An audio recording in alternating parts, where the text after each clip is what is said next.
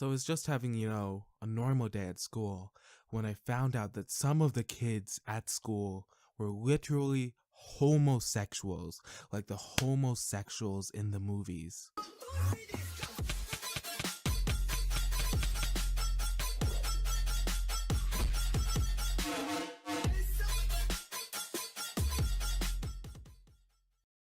Hey yo, what's up guys? Can you guys all smash the like button, subscribe, join the notification squad, and spam comments down below. Spam as many comments as you are physically capable of spamming down below.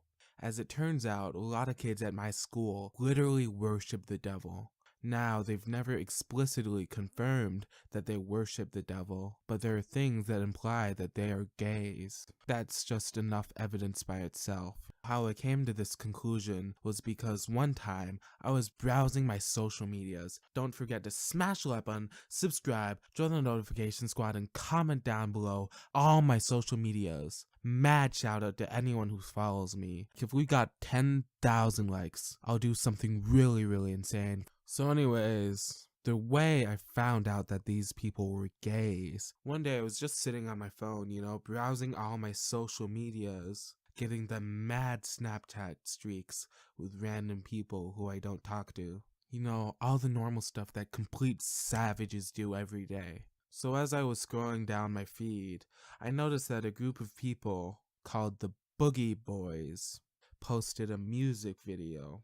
I haven't actually watched the music video yet, but from the title, you can tell that it's pretty gay. Now, this wasn't as much as a surprise as I thought it would be, since I've always suspected the Boogie Bois as a group to be complete and utterly gay. The Boogie Bois at the school consists of 5 members. Now, I'm not going to be naming any names here, but I can call them out personally by their physical characteristics. Later in this video, I'll be calling out each and every one of them personally on the basis of their physical appearance. In the Bible, God fought the gays with fire. Now, I'm quite afraid of fire, so instead, I'll just use some fire roasts, like literally so fire that you have to smash the like button, subscribe, join the notification squad, and comment down below. Let's start with the first one, the one on the far left. As you can see, he is wearing a baseball cap, something in his usual outfit. Already that's an astronomical red flag. People who wear garments to hide areas of their face do it because of low perceptions of themselves. You can see this in, medieval kings and queens. They needed people to believe that they were much smarter than everyone else. So it was only fitting for the crowns to cover their cranium areas, as to imply that their brains were in actuality much bigger. The brains the size of the crowns that they wore. So he's wearing the baseball cap in the normal way, not the autistic, backwards 1980s cop pretending to be a high school student baseball cap. That's a benefit I can't give the third person in the picture, the middle one, who we'll be getting to later. Now for this kid, my theory is that he's insecure about his haircut. I don't know how true this is, but if you go to school with me and him, there are classes that require you remove your hat.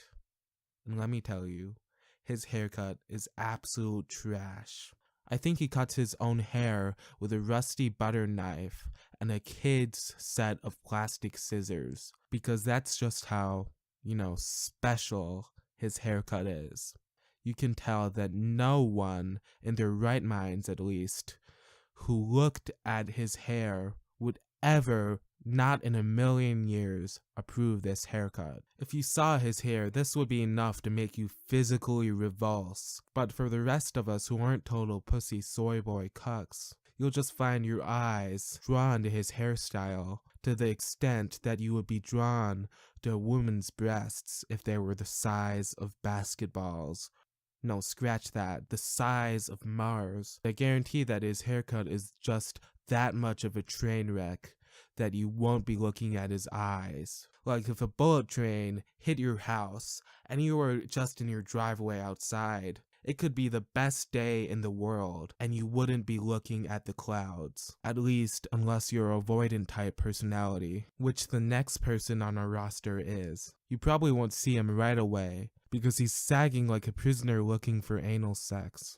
Only in this case, instead of his pants, it's his entire body shriveled to an almost fetal level position, with his arms curled around seductively around the third person's legs. You know that 99 times out of 100, he's not gonna be the top. And that other time, that 1 out of 100 chance. You know what? Forget I even talked about that 1% chance.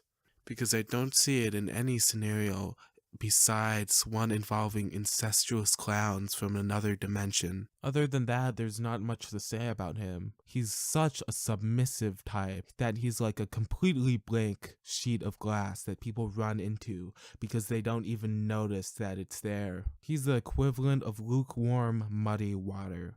It's just a nothing.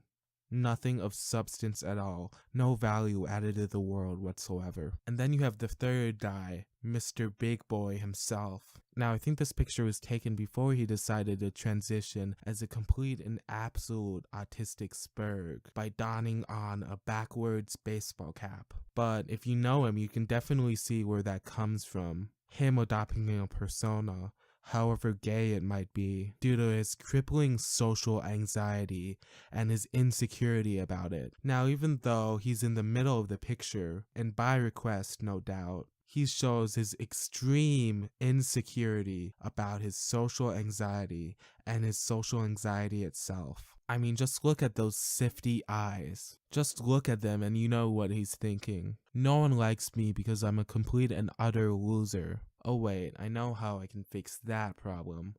I can just get another cuck soy boy to be my little bitch and see if that helps at all. Hint, it doesn't.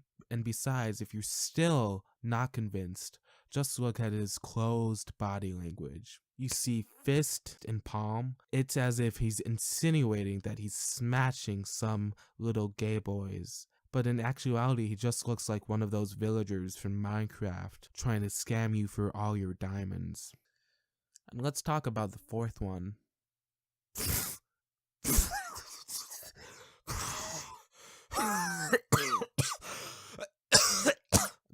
Just look at that dude. Look at his face. Look closely.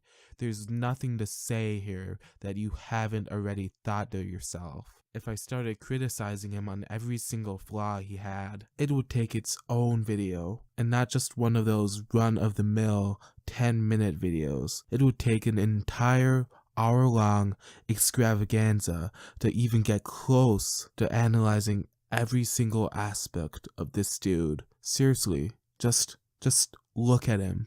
Look at him. You got it? And finally, man number 5. The last one on our roster. Now, before I go on and anything else, let me just say that he looks like a rotten and discarded stick of string cheese. I mean, just look at him. Look at that face. Look at those little nubs he calls arms.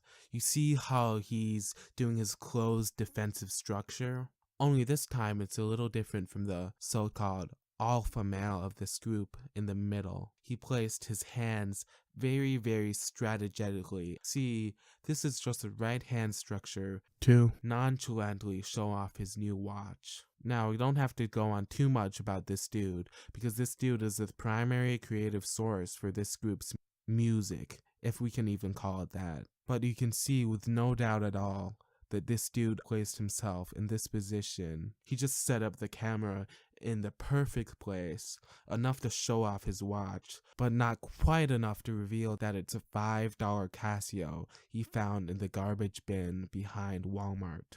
You should be convinced that these people are absolute gays, type of people that you wouldn't be surprised to see in the back of science class, each sucking their own dicks in a circle. A circle suck, if you will, because they're not quite on that level where they're willing to spread each other's AIDS to their mouths. See for yourself who the biggest little bitches are in this group. And that's it. See ya.